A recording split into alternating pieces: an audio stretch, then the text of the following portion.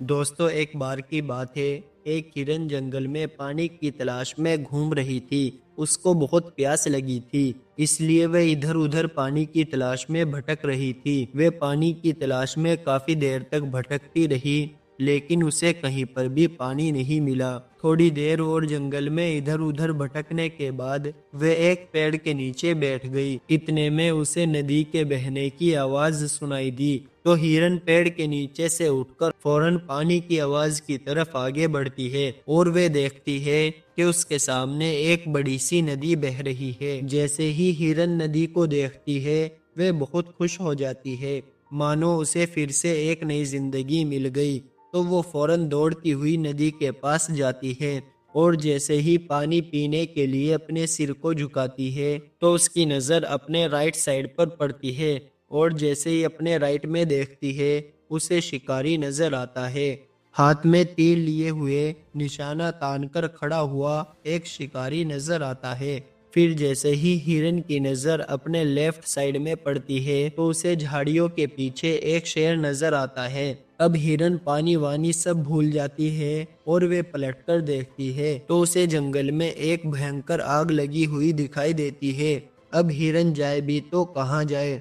बेचारी हिरन राइट में देखती है तो शिकारी नजर आता है, जो कि निशाना तान के खड़ा था। और लेफ्ट में देख रही थी तो शेर खड़ा नजर आ रहा था और सामने गहरी लंबी चौड़ी नदी नजर आ रही थी और पीछे आग लगी हुई नजर आ रही थी। मतलब ये कि उसके लिए चारों रास्ते बंद हो चुके थे, चारों तरफ से मुसीबत आ चुकी थी। अब हिरन सोच में पड़ गई। अब वे ये सोचती है कि चारों तरफ से मुसीबत आ चुकी है, तो क्यों ना मैं अपना काम करके मरूं। वैसे भी मुझे मरना है, तो मैं पानी पीकर ही मरूं। वह हिरन अपना पानी पीने में लग जाती है, लेकिन थोड़ी देर बाद जैसे ही हिरन पानी पी रही थी, उतने में ऊपर से काले बादल छा जाते हैं।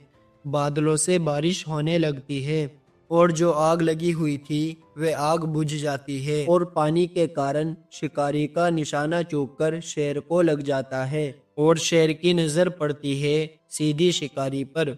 शेर शिकारी के पीछे लग जाता है। जैसे ही हिरन पानी पीकर अपना सर उठाती है, तो वे अपने लेफ्ट साइड में देखती है, तो उसे शेर नजर नहीं आता और वे अपने पीछे मुड़कर देखती है, तो जो आग लगी हुई थी वे बारिश के कारण बुझ जाती है। मतलब ये कि सब कुछ नॉर्मल हो जाता है। इस कहानी से हमें ये सीख मिलती है कि इंसान की जिंदगी में जब प्रॉब्लम्स आती है तो चारों तरफ से आती है, जिसकी वजह से इंसान घबरा जाता है और डर जाता है। अपनी प्रॉब्लम से ना तो आपको डरना है और ना ही घबराना है।